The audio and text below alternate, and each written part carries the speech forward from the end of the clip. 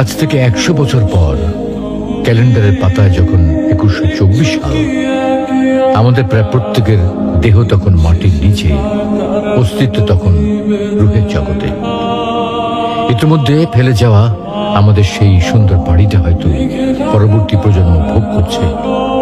পছন্দের কাপড়গুলো ব্যাকডেটেড হয়ে গেছে।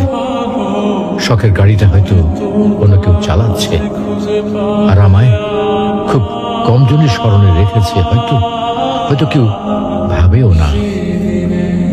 হাতে তাদের সময় নেই, যাদের জন্য এত কিছু করতে করতে নিজের জীবনটাই শেষ করে দিয়েছিলাম। আচ্ছা আচ্ছা, বাস্তবতার এই জীবনে আপনি আপনার দাদাকে কতবার স্মরণ করেন?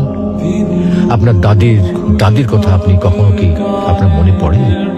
পৃথিবীর বুকে আজকে এই বেঁচে থাকা, এত হইচই, এত মায়া কান্না এভাবেই চলছে। গত হওয়া অসংখ্য প্রজন্মকে টপকে আমরা এই জীবন লাভ করেছি। তেমনিভাবে আগামীতে অসংখ্য প্রজন্মের ভিড়ে হারিয়ে যাবে আমাদের এই জীবন। কিন্তু খুব কম লোকই সময় পায় ফেলে যাওয়া জীবনটা একটু ফিরে দেখার।